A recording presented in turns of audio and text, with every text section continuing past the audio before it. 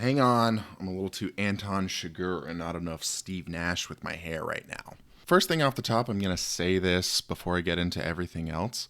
I'm not committed to this idea, but I am interested in if there is enough interest out there in doing like a Q&A video. So if you have any questions that are book related, channel related, me related, sort of whatever your fancy, go ahead and drop those down in the comments below. You can also, if you want to do it privately, message me on one of my social medias. Links to those are down below if you want to be anonymous. I'll keep you anonymous. Okay, don't know if that'll be a thing, but I'll put the call out now. Hello, I'm doing a couple things in this video today. I'm going to talk about some books that I've read in sort of short order, some books that I've bought recently, talk about kind of what else is coming up, and generally it's just kind of a check-in video with the channel.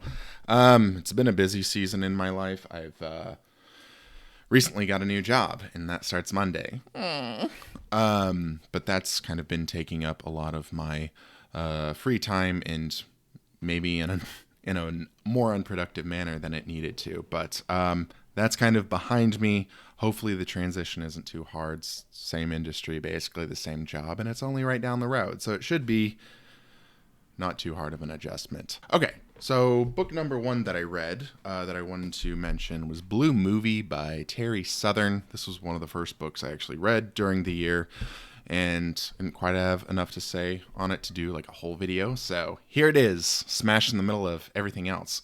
Terry Southern is the co-screenwriter of Dr. Strangelove, and was a collaborator with Stanley Kubrick for a lot of his life. This was actually supposed to be, so Blue Movie, one, what is a blue movie? Blue movie is slang for like porn or a porno. And so the concept of this book is that a auteur, kind of Stanley Kubrick-esque director, wants to make a blue movie, or is convinced to kind of do it, but he wants to do it in like a Hollywood art house kind of way.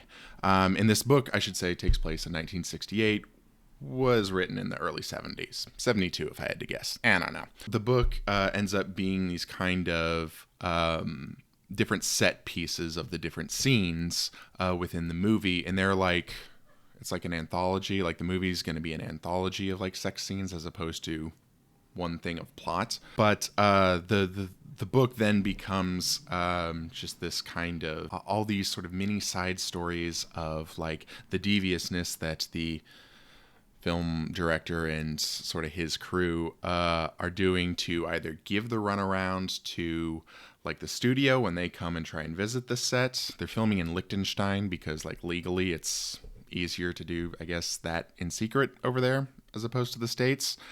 There might have been something about, I think this was around the time when like obscenity laws and I don't know, what was the Hustler guy's name? I feel like this was either around that time or before that time. So it's a trickier legal landscape just in producing that overall. But then, so it's like, he's either giving the studio execs like kind of the runaround, or else he's trying to manipulate in sort of typical director ways, but also very non-director ways, sort of manipulate his cast into pushing their boundaries, doing what he wants, trying to get authentic shots as opposed to, maybe slightly faked shots. And so it's just kind of, it's a classic Hollywood sickos novel. And who doesn't love that?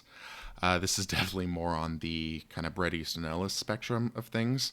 So if you like that kind of stuff, you'll probably like this book. It's particularly interesting to read. It was originally, I believe, it was supposed to be a movie that Kubrick was supposed to direct. I don't think he was going to act in as the director. But that was like the big thing that pulled me in. I was like, okay, wait, this is like hidden lore about Stanley Kubrick. I'll read it. So yeah, I thought that was really good. Would recommend. The other book that I'm going to talk about is The White Boy Shuffle by Paul Beatty. I should have looked up how to say his name. Let's see. I just looked this up. I think it's Beatty. But some of the interviewers on the interviews that I've seen have pronounced it Beatty, which, like, come on, interviewers, what are you doing? You couldn't ask him? I've read The Sellout before by Paul Beatty. I read that like the year it came out, and that's kind of the one book that everyone has read by him. This one actually sounded sort of way cooler to me, and I put it off multiple times. Glad I actually read it, but I think if someone's coming to Beatty for the first time, It's Beatty. I would recommend The Sellout. I think that's a better first read. Not that this is a bad book, but there's...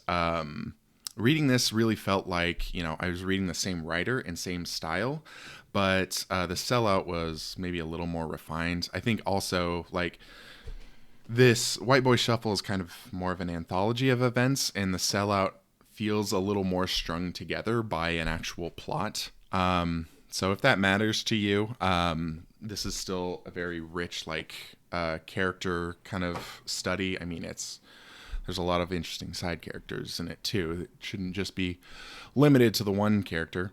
What this novel is it's a satirical black savior novel. Gunnar Kaufman is the protagonist's name, and he is both a prolific poet and a really good basketball player. And we track basically kind of his whole childhood and adolescence. And he is initially, it's also an LA novel. So he's raised in Santa Monica, very rich, very white neighborhood. And only as a teenager is he introduced into kind of some more typical rougher black enclaves. They name a neighborhood called Hillside, supposedly in West Los Angeles. I don't think there's a street named that in West LA, but not, I think it's fictional, basically.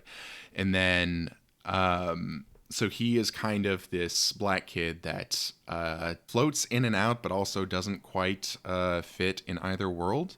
And the novel is just this kind of bunch of wacky misadventures. There's also a very funny, like I kind of mentioned at the start, there's a very funny family history that goes into kind of all the Kaufmans that have come before him. And Gunnar, the protagonist, at least in my reading, was this kid that sort of philosophically, both seriously and unseriously, dabbled in Afro-pessimism. One of the key things in the book is that there are these moments where especially white people don't understand when he's being kind of serious and unserious, or where the line kind of exactly is. And I think obviously that's the point. But that was something that was done really well, where it's, like I said, it's about kind of basically an adolescent kid. So it has that very caustic adolescent feel to it. That is part and parcel of the voice.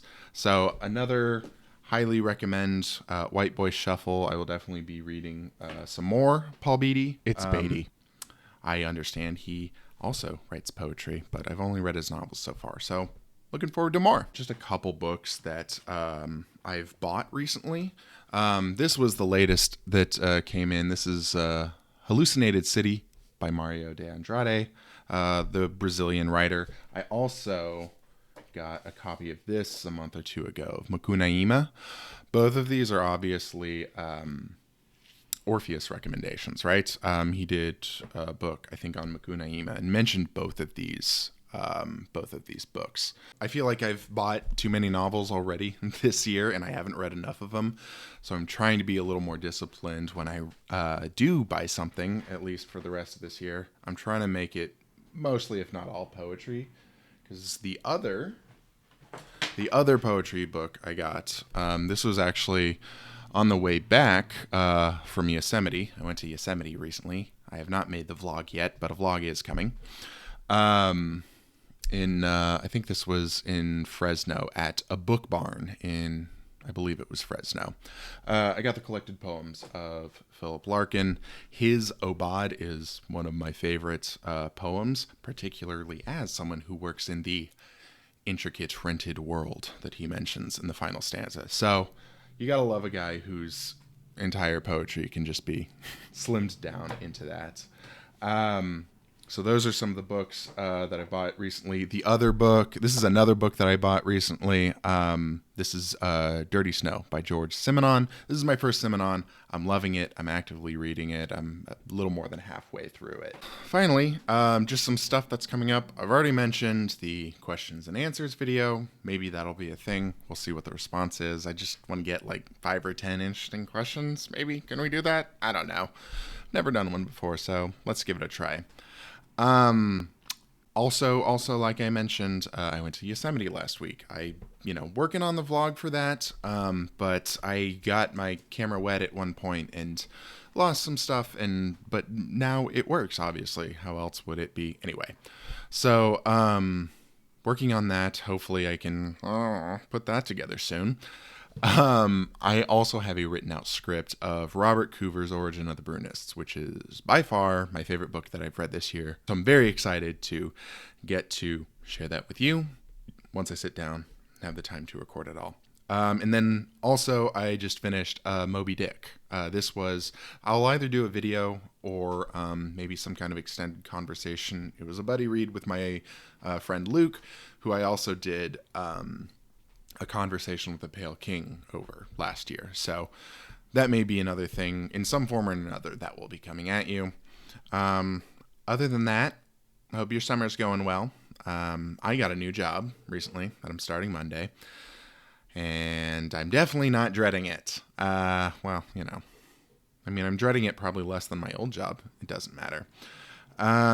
Hopefully it goes well. Until I see you next time, I love you.